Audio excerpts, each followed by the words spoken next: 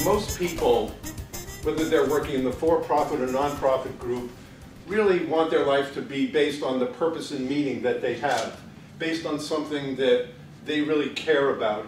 And they want to make a contribution to the groups they work with or the groups they lead. And whether that contribution is about leadership or fundraising or board development, information technology, improving their taxes, marketing, that contribution is really based on more than just wanting to make a buck, although obviously that's important. We all need to support ourselves.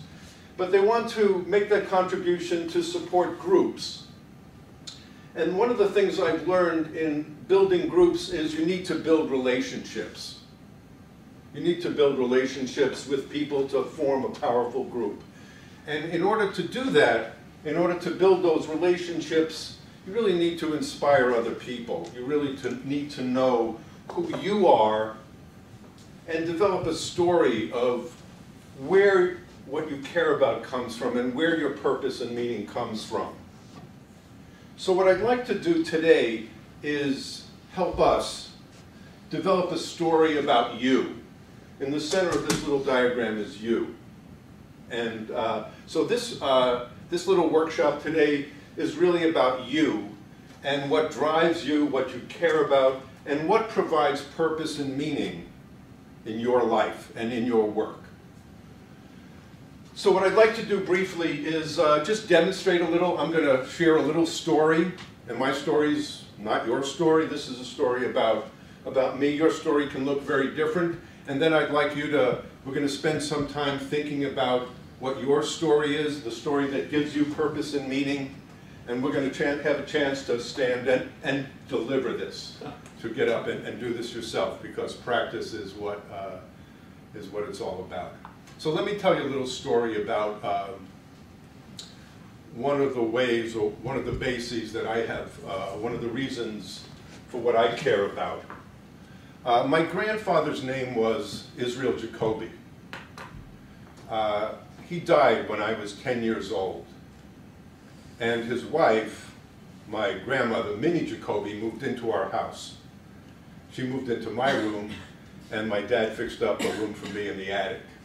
So Minnie was always there while my parents were out working, and so I learned a lot about her life, and I learned a lot about the life of my grandfather, her late husband, Israel Jacoby. Israel Jacoby came to this country when he was 14 years old. He moved here from Poland. And like millions of other immigrants at the time, this was the early 1900s, he worked in a garment factory 6 days a week, 10 hours a day. And he went across the street to Cooper Union, this is in the Lower East Side of New York, and got an engineering degree and graduated in 1920. When he graduated, his name was still Israel Jacoby. It was pretty obviously he was a Jew. He couldn't get a job. Anti-Semitism was very powerful at that time. So he and my grandmother set up a little appetizing store. I don't know if you know what an appetizing store is. I'm getting these quizzical looks. An appetizing store, he sold pickles and herring and candy. And he died pretty young. He worked 364 days a year, except for Yom Kippur. And died when he was younger than I am now. And one of the things my grandmother, Minnie, always told me is how he couldn't get a job, even though he had that degree. And I heard this story over and over again. And what it conveyed to me was, here was someone who had all this talent, but he couldn't work. And then I thought of the bridges that didn't get built, and the roads that didn't get built, or the machines that didn't get built, because he had this talent, but nobody would hire him. And so one of the things I care about today is providing opportunities for people to use the gifts that God gave them. And if you don't like the God language, whatever your purpose and meaning or gift is, I think all of us have a special gift. And that's really what motivates me. Having heard this story as a little boy growing up, how someone who I liked, I knew my grandfather. I mean, he died when I was 10, so I knew him pretty well. I always loved him. And he never could do that. He never could use what his gifts were. So today, when I see little kids, whether they're picked the wrong place to grow up, or their skin is too dark, or they're living in the wrong neighborhood, a place where they don't have the opportunities, I think about my grandfather, Israel Jacoby, And I think I really want to develop groups that can provide the opportunity for everyone so they can use their gifts and can do what God put them on the earth to do. And that's really what gives me purpose and meaning in my work. What I'd like you to do is I'd like you to, everyone here okay with breathing? Okay, that was a joke, okay. I'd like you to just take a minute and take a deep breath, okay? I mean, you have to breathe anyway, you might as well take a good one. And just think about something that you really care about. Something you really care about that motivates you, something that gives you purpose and meaning when you're out there doing the work that you do, whatever it is.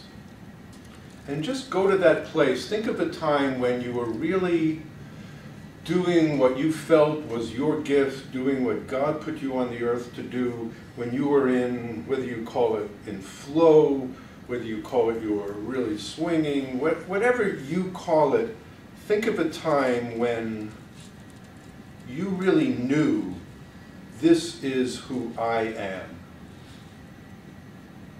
And go to that place and remember where you were and what you were doing. And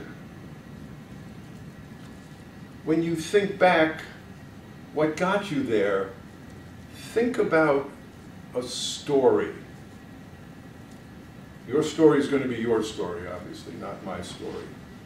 Could be about your family, could be about a teacher, could be about something you did, could be about a failure, could be about a success.